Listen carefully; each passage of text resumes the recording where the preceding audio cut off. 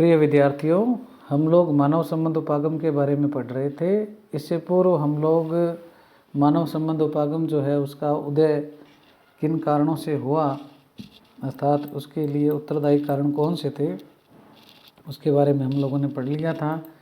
इसके पश्चात हम लोगों ने मानव संबंध उपागम जो है उसकी क्या मान्यताएं या क्या खास विशेषताएं हैं, ये किन बातों पर जोर देता है, इसके बारे में पढ़ा। आज हम मानव संबंध उपागम और जो यांत्रिक उपागम है जिसको हम पहले पढ़ चुके हैं, उनके बीच में क्या अंतर है उसके बारे में देखते हैं। इसको हम टेबल के रूप में व्यक्त कर सकते हैं। परंपरागत जो उपागम है वो क्या है, संगठन की औपचारिक जो संरचना होती है उस पर क्या है बल देता है। औपचारिक संरचना के बारे में मैंने आपको बता दिया है कि जो नियम कायदों से, कानूनों से या एक विधिवत तरीके से क्या है जो भी संरचना जो बनती है, लिखित रूप से होता है सब चीज़, तो उस पर क्या है ये ज़्यादा जोर देता है। जबकि मानव संबंध उपागम जो है वो अनौपचारिक संगठनों पर क्या है बल देता है। यानी संगठन में व्यक्ति काम करता है तो अपने साथियों के साथ क्या है कुछ ऐसे समूह बना लेता है जो उनकी सोच से मिलते जुलते हों। कुछ लोग तो उनके साथ वो ज़्यादा काम करना पसंद करता है, उनके साथ बातें करना पसंद करता है, उनके साथ रहना ज़्यादा पसंद करता है। तो ऐसे बहुत सारी चीज़ें ऐसी होती है जो क्या है आपसरी में क्या है एक छोटे छोटे ग्रुप बन जाते हैं। जैसे 100-200 आदमी काम कर रहे हैं तो 10-10, 5-5 आदमी क्या है आपसरी में मिलना जुलना बात करना पसंद करते हैं, तो उनका जी लगा रहता है उससे। तो उससे क्या है प्रोडक्टिविटी भी क्या है बढ़ती है, ये मानते हैं ह्यूमन रिलेशन अप्रोच वाले। तो एक तो पहला अंतर यही है कि परंपरागत उपागम या शास्त्रीय उपागम जो है वह संगठन की औपचारिक संरचना पर बल देता है और मानव संबंध उपागम क्या है अनौपचारिक संगठनों पर बल देता है। दूसरा अंतर जो है वो ये है कि शास्त्रीय उपागम संगठन को तार्किक अव्यक्तिगत व्यवस्था मानता है। तार्किक का मतलब उसको क्या है बिल्कुल लॉजिकली तर्कों के आधार पर ऐसे कुछ बातें होती हैं, फैक्ट्स होती हैं, उनके आधार पर क्या है वो उसको बनाता है, व्यवस्थित करता है यांत्रिक उपागम। और संगठन जो है उसको क्या है मशीन मानता है, यंत्र मानता है। व्यक्ति जो है वो उस यंत्र और मशीन का एक पुर्जा है, व्यक्ति सजीव नहीं है यांत्रिक उपागम के अनुसार। तो इसलिए क्या है संगठन क्या है तार्किक है, अव्यक्तिक अर्थात निर्व्यक्तिक है। जबकि मानव संबंध उपागम क्या है संगठन को भावनात्मक तथा सामाजिक व्यवस्था मानता है। यानी उसमें इमोशंस है, क्योंकि लोग हैं उसके अंदर, इंसान काम कर रहे हैं, उनमें इमोशंस होते हैं, भावनाएं होती हैं, वो सामाजिक होते हैं। तो ये चीज़ें क्या है संगठन क्या है एक भावनात्मक और सामाजिक व्यवस्था है, मानव संबंध उपागम ये कहता है।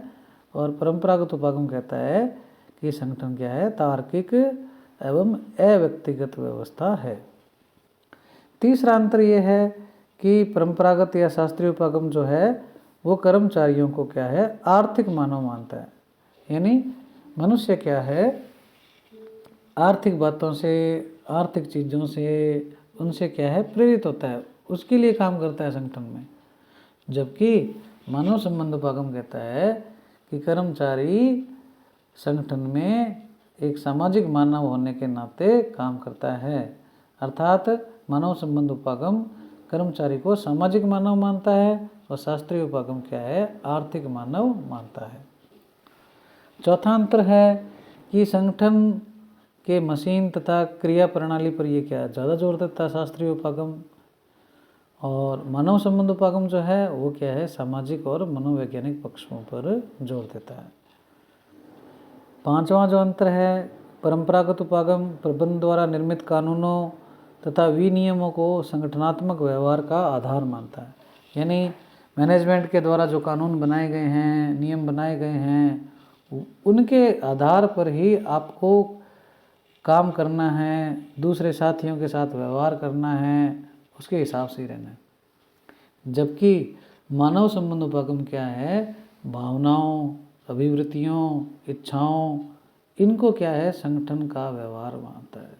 यानी व्यक्ति जो है संगठन में भावनाओं से अपना व्यवहार प्रकट करता है, उसकी जो अभिवृत्तियाँ होती है, मनोवृत्तियाँ होती है, उनसे क्या है वो संगठन में एक दूसरे से व्यवहार करता है, उसकी कुछ इच्छाएं होती है, उनसे क्या है वो अपने व्यवहार को चलाता है। तो इस प्रकार से क्या है ये अंतर है। अगला अंतर है कि शास्त्रीय उपागम जो है वो कार्मिकों को एक रूपी मानता है, होमोजेनस मानता है। होमोजेनस का मतलब यही है कि मनुष्य जो है, कर्मचारी जो है वो एक रूपी है। एक रूपी का मतलब उसका सिर्फ एक आर्थिक पक्ष ही है, यानी मनुष्य आर्थिक कारकों से ही प्रभावित होता है और कोई कारक का उसके व्यक्तित्व में रोल नहीं है। जबकि मानव संबंध उपागम बहुआयामी प्रकृति मानता है, ये एक विविधता से पूर्ण है, जिसको हेटेरोजेनस कहते हैं, ऐसा मानता है। क्योंकि हम लोग पहले बता चुके हैं कि मानव संबंध उपागम में मनुष्य के जो क्या है सामाजिक, मनोवैज्ञानिक, आर्थिक अनेक पक्ष हैं, बौद्धिक पक्ष है, तो वो सारे पक्ष क्या है मनुष्य के व्यक्तित्व को प्रभावित करते हैं, उससे क्या संगठन भी प्रभावित होता है। लेकिन शास्त्रीय जो उपागम के विचारक हैं वो कहते हैं कि सिर्फ आर्थिक आयाम ही मनुष्य का एकमात्र आयाम है। अगला जो अंतर है वो है कि इसमें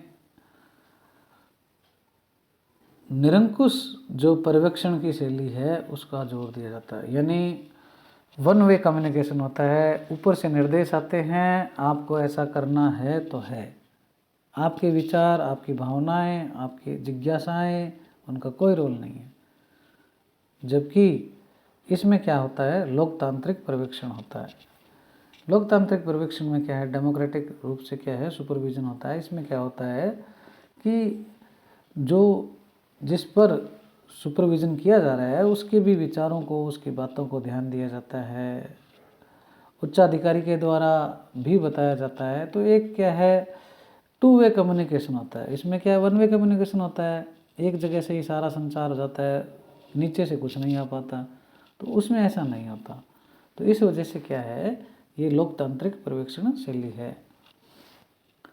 अगला जो है वो ये है कि मनुष्य को क्या है आणविक रूप से दिखता है, यानी जैसे परमाणु जो है वो एक आइसोलेट है, ठीक है ना, और उसका क्या है अपना में एक अलग अस्तित्व है, ठीक है ना। तो ऐसे ही इस रूप में दिखता है, कटा हुआ है मनुष्य, साथी मनुष्य के साथ उसका कोई लेना देना नहीं है, वो एक मशीन का हिस्सा है, ठीक है।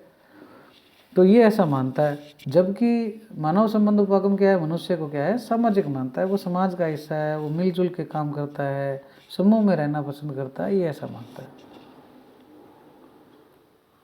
अगला जो अंतर है वो है कि शास्त्रीय उपागम सिद्धांतों पर आधारित संगठन की संरचना को कार्य दक्षता का आधार मानता है, यानी एफिशिएंसी जो है काम की, वो संगठन जो है उसकी जो संरचना है अगर वो सिद्धांतों के आधार पर की गई है तो वो क्या है बड़े अच्छे ढंग से काम करेगी। ये शास्त्रीय उपागम कहता है कि सिद्धांतों से बना हुआ, नियमों से बना हुआ जो संगठन है उससे क्या है काम की दक्षता को बढ़ाया जा सकता है। जबकि मानव संबंध उपागम कहता है कि कार्मिकों की संतुष्टि तथा मानवीय संबंधों को संगठनात्मक कार्य क्षमता का आधार मानता है।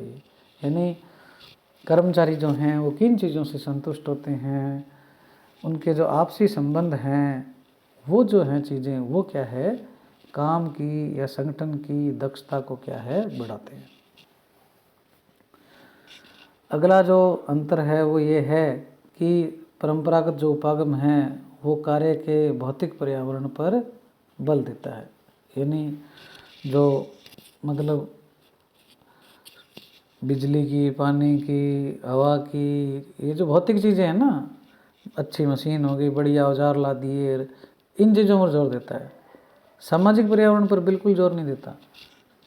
जबकि मानव संबंध उपागम जो है वो सामाजिक पर्यावरण पर जोर देता है, अर्थात मनुष्य क्या है अच्छे से आपस में मिलकर काम करे, एक कलेक्टिव रेस्पॉन्सिबिलिटी हो, पार्टिसिपेटिव मैनेजमेंट हो, सहभागी प्रबंध की अवधारणा हो, इनफॉर्मल ऑर्गेनाइजेशन उसके अंदर बने। तो ये सारी चीज़ें क्या है उसमें क्या है देखी जाती है।